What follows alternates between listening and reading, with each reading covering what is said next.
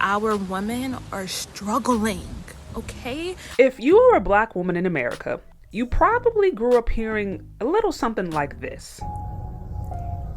You're gonna be fine.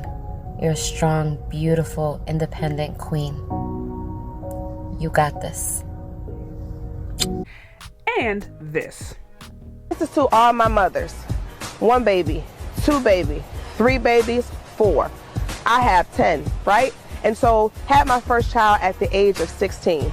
Went on to college, dropped out, had my second baby at 19 years old. By the age of 25, I had 5 children with 3 baby daddies. Listen, the world counted me out. My family, my friends, they talked about me. But look at me now, right? But God, Dr. Ebony Empowers, standing in front of you, saying to you that if I can do it, you could do it. Mother of 10, did it again. I am a CEO of Royalty Body Spine Wellness. I have my own clothing brand, COVIDpreneur. With this first saying on top of my clothing brand, if you have ever missed a meal, you can make a meal. Again, you have the grit, the grind, you got the tenacity, you got the strength, you got the endurance. You understand what it means to sacrifice. That is the mindset of a millionaire. I also am an author, The Grit, the Grind, and the Glory, out on Amazon. There's a lot of things that God has used me to place a vision in my life to do for you. So I need you to tap in with me. Dr. Ebony Empowers. I have a coaching business that I'm also doing, and I also have a group coaching program. Let's go. But the children who actually grew up in those situations and those scenarios are coming out and saying that life was a little bit more like this. I recently posted on Twitter to stop preaching single motherhood to Black girls, and so many Black women came for me when I posted it on Instagram. I'm not gonna lie, they bullied me into deleting it, and they had me think that what I said was wrong, but no, what I said was extremely valid. Being a single mother is not cute, and my mom was a single mother and she had 4 babies. I was traumatized, okay? That wasn't fun. I remember those trips to the food stamp office, to the welfare office, to getting WIC and everything. I remember those trips, and trust me, I'm not gonna traumatize my child. If you were raised by a single mother who wasn't married, why would you want to repeat the cycle? That is a cycle of poverty.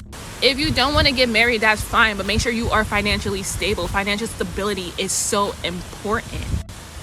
A kid requires more than love, and some of y'all are selfish. Please start doing your research on some of our men, because if he has multiple baby mothers, what makes you different? Like, come on. Unlike some of you, I want our girls to succeed. I'm not going to sit here and tell little Black girls, oh, being a baby mother is a flex, because it is not. Our women are struggling, okay? We need to stop. In reality, being a single parent is not easy. And a lot of these young girls who actually grew up with single moms, grew up seeing their aunties struggle, their mother struggle, their grandmother struggle, they don't want that life. Some of these are this very same women who are saying, no, we need to actually start to try to marry before we carry. We need to not do what our mothers model to us, what our grandmothers model to us. We need to do something different.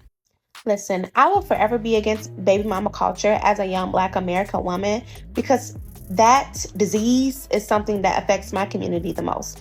There is nothing cute about giving a man a child who didn't think that you were good enough to give a ring to.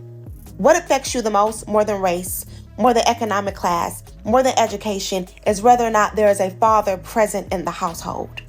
I don't know why that is so hard for y'all to comprehend, but it matters. And as a woman with no children, the best gift that I can give my kids is a father who actually wanted them. And yes, there are scenarios where a woman ends up being a single mother, but she still can have a successful life. But let's be honest, those situations are a lot more rare. And also, that path is so much harder. And of course, there are scenarios where a woman finds herself being a single mother outside of her own will, right? Like, let's say a woman is widowed, but many of the time, that's not it. Many of the time, it's just a person who decides to carry before they marry. And the results associated to that are just not good. You know, higher rates of poverty, a higher probability of being incarcerated, of facing homelessness, of having psychological issues. I mean, just the list goes on. And so the stats are really just not in our favor. And when there's a culture that downplays this or wants to downplay the risks associated with raising a kid in a single parent household, it can negatively impact younger generations. It can negatively impact young girls if you're not telling them the full truth. Unfortunately, these very same young women who are now trying to uphold these standards are getting pushback from better auntie, are getting pushback for some of the older women in their life. Why? Because unfortunately, there are legitimately better women out there. They're upset with their own life. They're miserable with their own life. And instead of trying to help the next generation do better than what they did, they would rather make sure that you yourself have bad results. Why? Because misery loves company. Misery loves company. A couple of weeks back, talked to a young woman in her 20s who was, actively trying to pursue getting married, putting herself out there, doing all the right things to meet a right guy, trying to make sure that she has the qualities to be a wife. And she has older women in her life trying to steer her the other direction, trying to tell her she needs to not focus on relationship, she needs to focus on school, she needs to put it off for a few years, put off dating and mating during her prime, and then once she gets money, start dating and mating. Just the worst advice, horrible. And this young girl, or this young woman, was telling me that she got this advice from her auntie.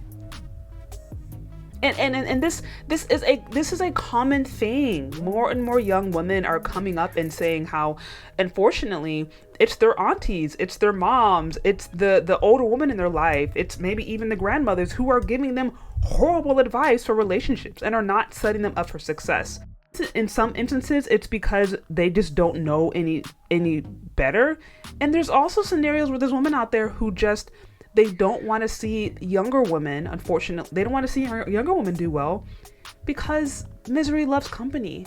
And if their daughters do well, or if their offspring do well, then who are they going to be able to turn to complain to? And it's sad to say this, it's sad to think that this is a thing, but it really is. And so I always try to encourage young women to make sure that you're taking advice from people who actually have what you want. If I want to purchase a home, I'm not going to go now talk to a homeless man on the street and try to get advice on how to invest in property. Like, I'm not doing that. So, but somehow, this is what happens in the community. This is what happens sometimes among women, where it's like, maybe because we have an emotional connection with somebody, we want to take advice from them, even if they're not qualified. And that's not a good idea. So I love to see some of these younger women being a little bit more critical and saying, look, what you model to me isn't working. I want to do something better. And I think I would hope to see more of those kinds of women encourage those young girls and encourage those younger generations and say, yes, do better than I did. I messed up here. Learn from my mistakes. I have a mother who is like that, and I'm so grateful for her. I have a mother who is willing to share her victories and her failures so that she can help me to do better. And I think when we have older women who are willing to do that, it's so much better and it's so much helpful, and they end up gaining from that relationship too. But if you got a bitter auntie who the only thing she wants to do is remain in her bitterness, or if you just have an older bitter woman in your life and the only thing she has to share is misery, no need in taking advice from her unless you want to get her results. But what do you think? Do you agree or do you disagree? Let me know. Leave your questions, comments, concerns in the comment section below. Thank you so much for listening if you've gotten this far, and we'll talk later. Bye.